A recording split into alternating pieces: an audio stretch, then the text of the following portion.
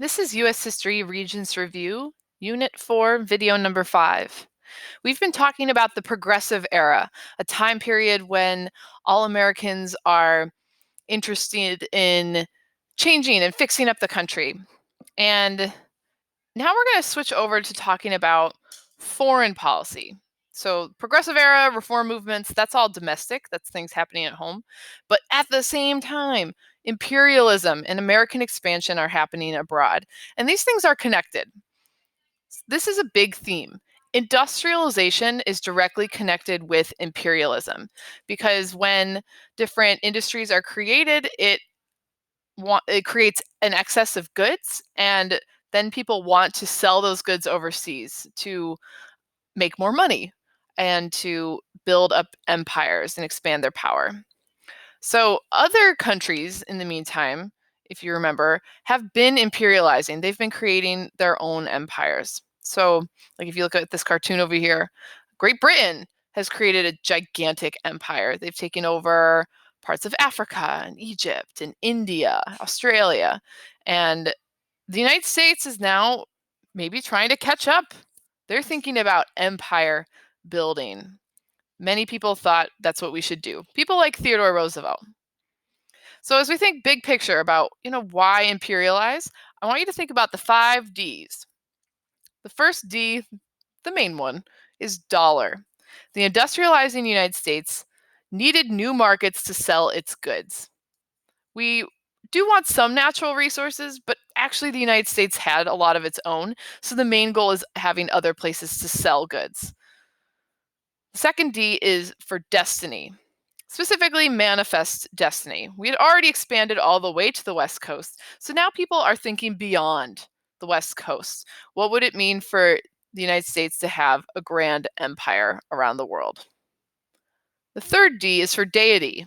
That's a fancy word for God. And this is the idea that we should spread our values, such as Christianity, abroad. And this is a time period when a lot of missionaries started going out to these other countries. Democracy. We should spread our American values, our democratic values, and our culture. We need to share our way of life with the world.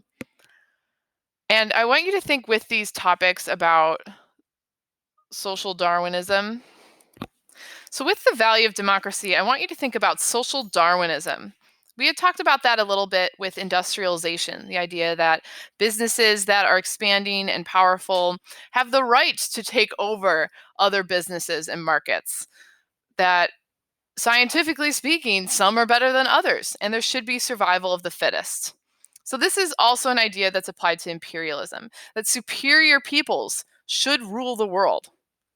This connects directly with the idea of the white man's burden, that poor white people have this burden and responsibility to other cultures and peoples of spreading their ideals, values, religion, that we are responsible for civilizing as white Americans. They should civilize the rest of the world and bring what's best. And the final D is for defense. We must create naval bases around the world. This is in direct American foreign policy interest that we expand our power and can protect ourselves and influence other countries through our military. So where does this all start? Where does it begin? It begins with the Spanish-American War. In general, the United States had started to look towards expanding its power in Latin America and the Pacific. This is something we were thinking about for a while. We had many economic ties with Latin America and businesses and had made major investments in Cuba. They were a huge trading partner for us. A lot of American businesses were interested in importing their goods and trying to expand markets in that area as well. Meanwhile, there was a humanitarian crisis. Cuba was a colony of the Spanish. The Spanish Empire still exists. It had started to fall apart and weaken, but the Spanish had begun to brutally oppress the Cuban people. A lot of Cubans had started to have their own revolution. So you can see this picture here. They're having their own revolutionary movement and fighting against oppression to them, and the Spanish are putting down this movement, really harshly. One of the famous generals, General Weyler, had forced them into reconcentrado camps, and many people were dying.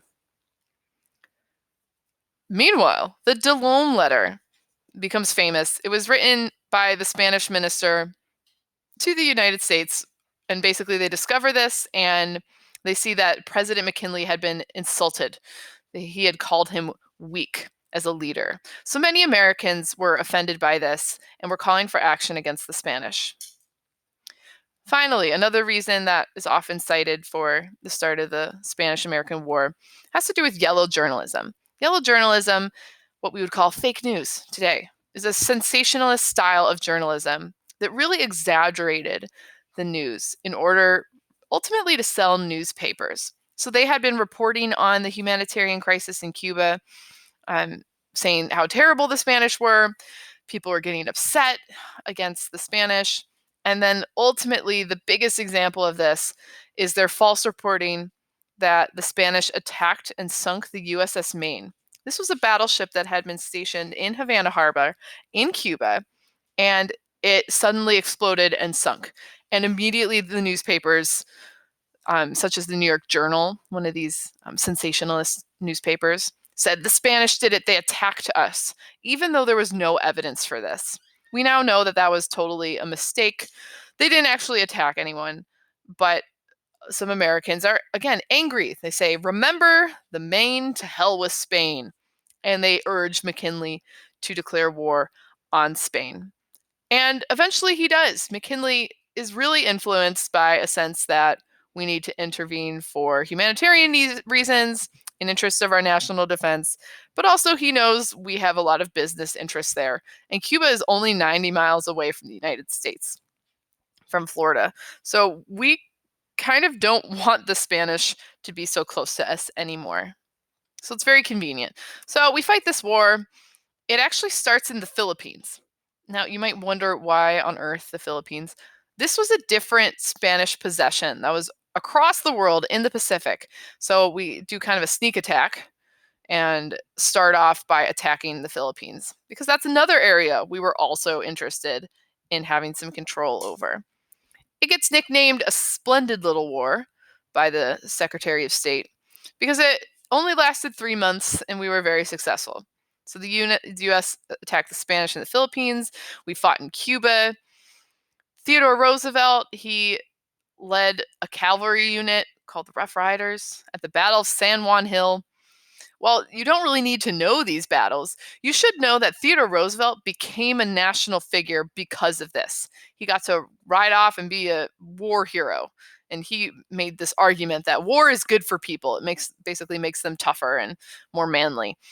So we fight in Cuba, we fight in the Philippines, and then when the war ends, we have to make an agreement with Spain.